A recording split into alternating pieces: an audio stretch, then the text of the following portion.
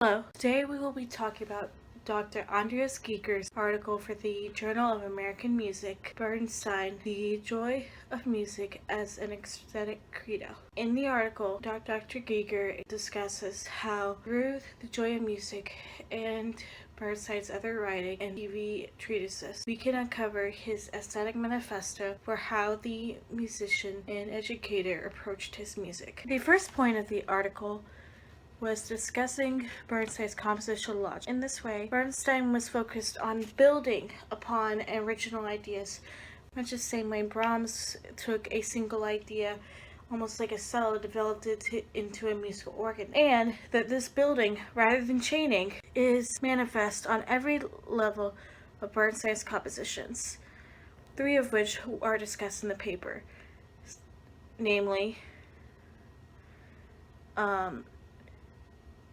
Lonely Town from On the Town, Maria from West Side Story, and the Cottage Symphony.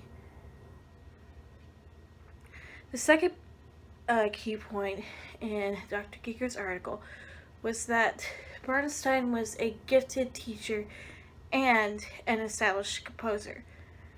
Because of this, even if Bernstein was doing this on a completely subconscious level, nevertheless, parts of his aesthetic manifesto could be seen throughout his writings and his pedagogical treatises.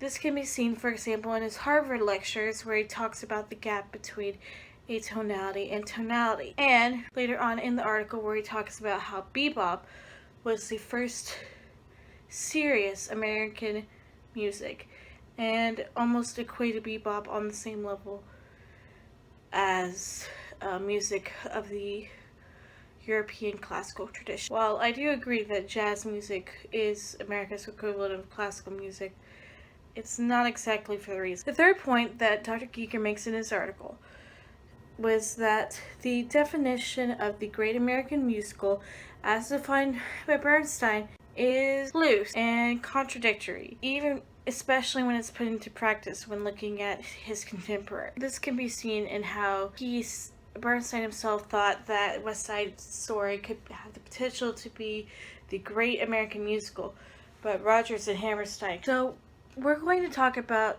each of these points slightly out of order so that we could talk about how they naturally occur in the article for greater work. So to begin, we're looking at the second point about how Bernstein was a gifted teacher and established composer. So on some level, his own thoughts and beliefs were seeping into his writings and his TV series. Now, there's substantial evidence in the article to support this and in the other materials we covered in class so far. For example, on page 313, it cited that most of the critics absolutely loved the Omnibus series. They thought it was highly informative. They thought that it got people engaged, got them excited about music. The only person who offered a substantial critique was Abram Chasson, who had initiated a similar program on CBS during the Great Depression called Master Classes in the Air, who discussed how Bernstein had occasional lapses in scholarship without mentioning specific instances. In the Harvard lectures themselves, which we could actually look at, and these are later versions of the Young People's Concerts, and you can see the Young Concerts themselves, for the most part, Bernstein is very accurate. It's interesting, however, because Chasen points out on point, Bernstein does make some mistakes, wouldn't be the right word, but it's some inaccuracies in how he's showing things and how he's slanting. For example, whenever he's talking about the differences between atonality and tonality, you could clearly tell that Bernstein does not favor atonality at all, and everything seems to be kind of subtly shifted toward Bernstein's own way of thinking. While this isn't exactly obvious on the surface, the more you pay attention, the more you pick up on it. Another example is how he defined the American musical. He said that it had to use American vernacular language. It had to have a classic American story. It had to be relatively understood. It had to have all these things. It had to use vernacular music. Now, when he's talking about vernacular music, he's generally talking about jazz and the dialects that you could hear in New York. However, there were other musicals at that time that were very popular, such as Rodgers and Hammerstein's Showboat and Oklahoma, that would also, by Bernstein's own definition, would fall into the musical category.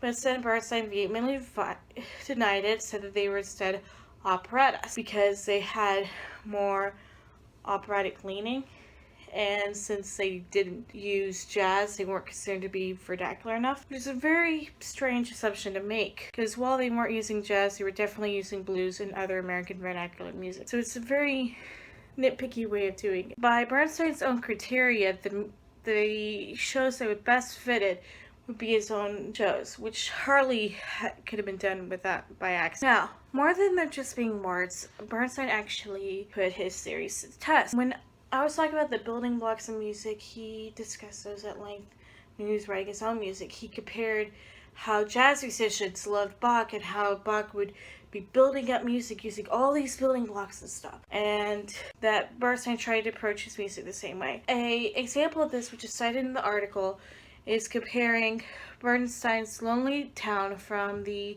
musical On the Town with Rodgers and Hammerstein's If I Loved You from Showboat. Now, If I Loved You was a standard Tin Pan Alley format, you know. It was certainly engaging, whistly kind of tune. You can instant fire hit.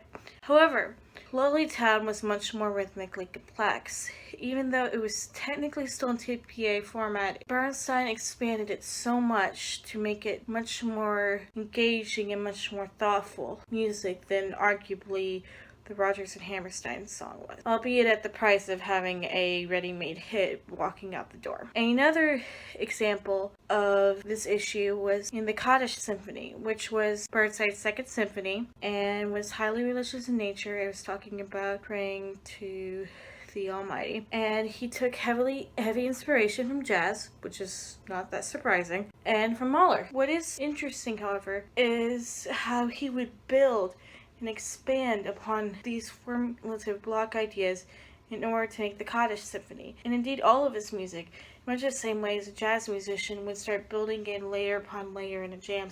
Now, West Side Story. I didn't forget about that. West Side Story is actually a really interesting case. There was a constant struggle between Bernstein, who wanted to make it more operatic, and the producers who were like, we need to make this more popular, we need to make it more jazz-like, you know, cut out a little bit of it. And you can see these impulses towards the operatic nature in On the Town due to some of the solos throughout the musical. With West Side Story, it was written in this interesting fusion between opera and jazz in terms of song structure. What is interesting to note, though, and I do think this says a lot, is that in the original cast recording, they made great emphasis on the fact that the cast was untrained kids singing, because they wanted to make it sound authentically New York. However, when Bernstein released a recording of him conducting the score for West Side Story, he picked a star-studded group of operatic singers. Now, there's probably a couple of reasons to this. One, it's a score so that you get a broader appeal and you could get away with having opera singers and you wouldn't lose a good bit of your audience. Another thing is that he could take the music at the speed he wanted to and add more technical stuff that he could do with these beginners. But it's so interesting, though, that he put so much emphasis on having this raw, natural sound, but when he had what was arguably the official, definitive recording of West Side Story, he picked professional singers, which speaks a lot to Bernstein's struggle between the classical and the popular worlds. I mean, back in the 50s, and even throughout his life, his classical music wasn't considered to be as successful as his popular music. Like the Kaddish Symphony wasn't successful. His only full-length opera was a flop, comparatively speaking.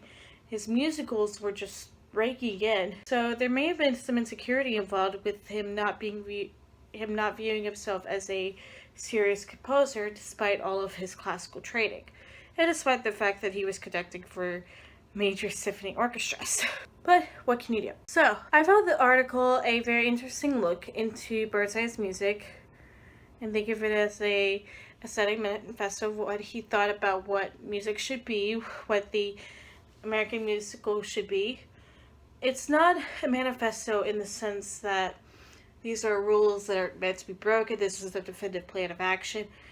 But it's more like a soft, malleable, able to grow and expand over time, which is a good thing. You don't want to be too strict. But the Dr. Giger's assertion that it is an aesthetic manifesto, I feel, is completely on point, which is belied by the amounts of evidence we see, not just in the article, but we've covered in class, with the Harvard lectures, the omnibus series, when we've looked at scores, and when in the article